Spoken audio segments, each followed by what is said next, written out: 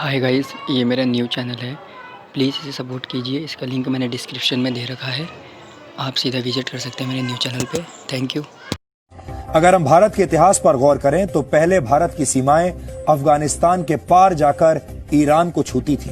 शायद आपको ये जानकर बहुत हैरानी होगी कि वर्ष 980 में यानी आज से करीब 1000 साल पहले अफगानिस्तान पर राजा जयपाल का शासन हुआ करता था और वो एक हिंदू राजा थे। लेकिन मुसलमान सुल्तानों ने उन पर हमला करके उन्हें सत्ता से बाहर कर दिया था और इसके बाद धीरे धीरे अफगानिस्तान भारतवर्ष के नक्शे से बाहर चला गया। अब आप जरा विचार कीजिए कि आज पैदा होने वाली भारत की पीढ़ी क्या इस बात पर कभी भरोसा कर सकती है कि अफगानिस्तान में कभी हिंदू बहुसंख्यक थे और वहां के राजा हिंदू हुआ करते थे। 6ठी शताब्दी में यानी आज से करीब 1400 वर्ष पहले इस्लाम धर्म सऊदी अरब से दुनिया में फैलने लगा और ये ऐतिहासिक सत्य है कि जैसे जैसे इस्लाम का प्रसार हुआ वैसे वैसे भारत की सीमाएं छोटी होती चली गई। इन दोनों के बीच में एक कनेक्शन है। आखिरी बार भारत का नक्शा 1947 में बदला जब पाकिस्तान के रूप में भारत का एक बड़ा हिस्सा भारत से अलग हो गया। और दुख की बात यह है कि इस्लाम के नाम पर ही पाकिस्तान का भी निर्माण हुआ, यानी तब भी भारत के टूटने की वजह इस्लामिक कट्टरता ही थी। लेकिन यह सिर्फ 100 या 200 वर्षों का इतिहास नहीं है। पूरे 1300 वर्षों तक यानी 1300 वर्षों तक भारत में हिंदुओं का दमन हुआ। भारत पर सबसे पहला सफल हमला मोहम्मद बिन कासिम ने किया था। संविधान का निर्माण करने वाले डॉक्टर भीमराव अंबेडकर ने अपनी एक किताब में इस ऐतिहासिक घटना का जिक्र किया है। इस किताब का नाम है पाकिस्तान या भारत का विभाजन। ये किताब इस वक्त मेरे हाथ में है। इसमें से कुछ पढ़कर आपको आज सुनाऊंगा। पाकिस्तान अथवा भारत का विभाजन, डॉक्टर BR अंबेडकर ने इस किताब को लिखा है। ये देखिए, ये वो किताब है। इसी को आज मैं कोट करने वाला हूं आपके सामने। भारत पर पहला हमला करने वाले मोहम्मद बिन कासिम ने सिंध की विजय के बाद अरब के खलीफा हजाज को एक पत्र लिखा था। इस पत्र में क्या लिखा था, इसका जिक्र BR अंबेडकर की इस किताब में मिलता है। और क्या उसमें लिखा है मैं आपको बताता हूं। इसमें लिखा है, इस संबंध में हजाज को भेजे गए एक पत्र में मोहम्मद बिन कासिम का एक उल्लेख विचारणीय है। राजा दाहिर के भतीजे, उसके योद्धाओं और प्रमुख अधिकारियों को ठिकाने लगा दिया गया है और मूर्ति पूजकों को या तो इस्लाम में दीक्षित कर दिया गया है अथवा उन्हें तबाह कर दिया गया है। मूर्तियों वाले मंदिरों के स्थान पर मस्जिद और अन्य इबादत स्थल बनाए गए हैं। कुतबा पढ़ी जाती है, अजान दी जाती है ताकि निर्धारित घंटों पर इबादत हो सके। तकबीर और अल्लाहू अकबर की सदाएं हर सवेरे शाम गूंजती हैं। यह पत्र राजा के सिर के साथ भेजा गया था। इसे प्राप्त करने के बाद हज ने अपने सेनापति को निम्नलिखित पत्र भेजा। अब हजाज ने क्या वापस पत्र भेजा वो भी सुनिए। उन्होंने लिखा अपने सेनापति को, इसके अलावा तुम सभी बड़े और छोटे को सुरक्षा दो, शत्रु और मित्र में भेदभाव न करो। खुदा का कथन है कि मूर्ति पूजकों से कोई रियायत न बरतो। मूर्ति पूजकों से यह मतलब है हिंदुओं का। मूर्ति पूजकों से कोई रियायत न बरतो अपितु उनके गले काट दो। ये समझ लो कि यही महान अल्लाह का आदेश है। तुम्हें अभयदान देने के लिए तुरंत तैयार नहीं होना चाहिए क्योंकि इससे तुम्हारा काम और बढ़ जाएगा। इसके बाद उन दुश्मनों के अलावा जो सामान्य सैनिक हैं किसी को न बख्शो। ये BR अंबेडकर की किताब है।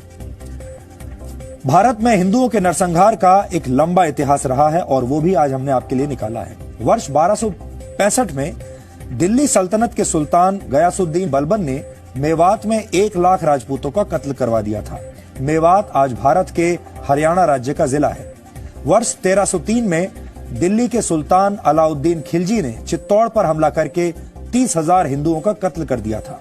वर्ष 1353 में तुगलक वंश के सुल्तान फिरोज शाह तुगलक ने बंगाल में 1,80,000 हिंदुओं का कत्ल करवाया और वर्ष 1365 से लेकर 1367 तक 2 वर्ष के अंदर 5 लाख हिंदुओं का कत्ल करवा दिया। इसके बाद वर्ष 1398 में तैमूर लंग की सेना ने दिल्ली पर हमले से पहले 1 लाख हिंदू कैदियों की हत्या करवाई। मुगल सम्राट अकबर ने नरसिंहपुर में 48,000 हिंदुओं का नरसंहार करवाया था। ये जगह अब मध्य प्रदेश में है। और वर्ष 1568 में अकबर ने चित्तौड़गढ़ पर हमला करके 30,000 हिंदुओं को मरवा दिया था। इस हमले में 8,000 राजपूत महिलाओं ने जौहर कर लिया था, यानी खुद को मार डाला था। वर्ष 1338 में ईरानी हमलावर नादिर शाह ने भारत पर हमला करके 2 साल के अंदर 3 लाख हिंदुओं को मरवा दिया था। इसके बाद हिंदुओं को थोड़ी राहत मिली, क्योंकि पंजाब में सिख और महाराष्ट्र में मराठों ने मुगल साम्राज्य की नींव हिला दी। लेकिन इसके बाद वर्ष 1947 के पहले भी हिंदुओं के कई नरसंहार हुए। वर्ष 1921 में केरल के मालाबार में 2000 से ज्यादा हिंदुओं को मार दिया गया था। इस नरसंहार की वजह खिलाफत आंदोलन को बताया जाता है। इसके बारे में भी हमने आपको कल पूरी जानकारी दी थी। और वर्ष 1946 में मोहम्मद अली जिन्ना ने पाकिस्तान की मांग मनवाने के लिए डायरेक्ट एक्शन डे की धमकी दी थी। तब कलकत्ता में दंगे हुए थे और इन दंगों में भी 7,000 से 10,000 के बीच हिंदू और मुसलमान मारे गए थे। और इसी साल नोआखाली में ही जिन्ना की मुस्लिम लीग के इशारे पर दंगे हुए, जिसमें 5,000 हिंदुओं को मार दिया गया था। नोआखाली आज बांग्लादेश में है। इसके बाद जब बंटवारा हुआ और पाकिस्तान बना, तब पश्चिमी पाकिस्तान और पूर्वी पाकिस्तान में लाखों की संख्या में हिंदुओं का नरसंहार हुआ था। हमने जिन इतिहासकारों की किताबों से इन संदर्भों को लिया है, उन सभी किताबों का नाम भी आपको इन तथ्यों के साथ साथ हमने आपकी स्क्रीन पर दिखाया है। अगर आप चाहें तो अपने तौर पर भी रिसर्च कर सकते हैं। इनमें से ज्यादातर इतिहासकार और विद्वान भारत से नहीं है, भारत के बाहर के हैं। और ये ब्यौरा यूरोपीय इतिहासकारों की किताबों से लिया गया है। After losing the battle at Tarain, Delhi was captured by the Muslim invaders. The next 600 years were the Muslim rules, and which was finally taken over by a mercantile company, East India Company, winning the battle at Plassey in 1757, and thereafter with the success in 3 battles of Arcot, a mercantile company, East India Company, captured a large part of territory in eastern India and southern India. आज देश में हर किसी को समान रूप से मौका मिलता है। सभी को देश की प्रगति में अपना योगदान देने का पूरा अधिकार है। ये आज भारत के लिए बहुत सौभाग्य की बात है। और आज हम देश को एक बार फिर भारत के उस स्वर्ण युग की याद दिलाना चाहते हैं, जब भारत की जीडीपी पूरी दुनिया में सबसे ज्यादा थी। पहली शताब्दी में भारत का जीडीपी शेयर पूरी दुनिया में 32.9% था। जी न्यूज भारत का पहला न्यूज चैनल है जिसने पूरे भारत की अर्थव्यवस्था के स्वर्ण युग को प्रमाणिक दस्तावेजों के साथ आपको दिखाया था। ब्रिटेन के अर्थशास्त्री एंगस मेडिसन ने पूरी दुनिया की अर्थव्यवस्था पर एक रिसर्च रिपोर्ट तैयार की थी और इस रिपोर्ट का नाम है the world economy millennium perspective and historical statistics. यह रिपोर्ट वैसे तो 657 पन्नों की है, लेकिन इसके पेज नंबर 263 पर पहली शताब्दी से लेकर 20वीं शताब्दी तक इस दौरान का एक बहुत ही दिलचस्प आंकड़ा है। इसमें दुनिया के जीडीपी में 20 देशों के शेयर परसेंटेज के बारे में बताया गया है।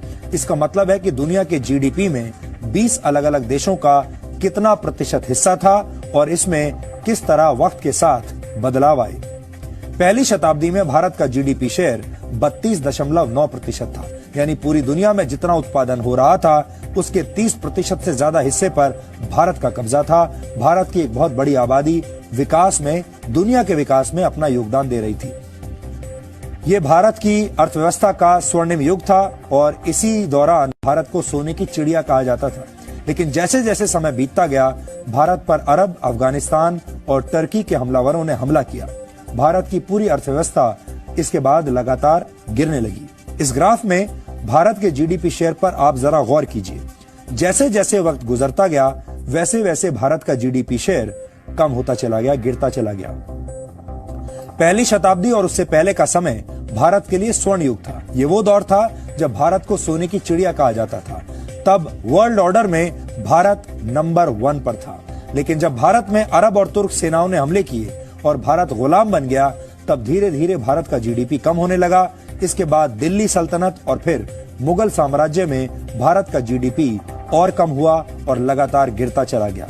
लेकिन भारत की अर्थव्यवस्था में सबसे ज्यादा गिरावट तब आई जब भारत को ब्रिटेन की ईस्ट इंडिया कंपनी ने अपना गुलाम बना लिया। उस वक्त भारत को लूटकर यहाँ की सारी संपत्ति ब्रिटेन भेज दी गई।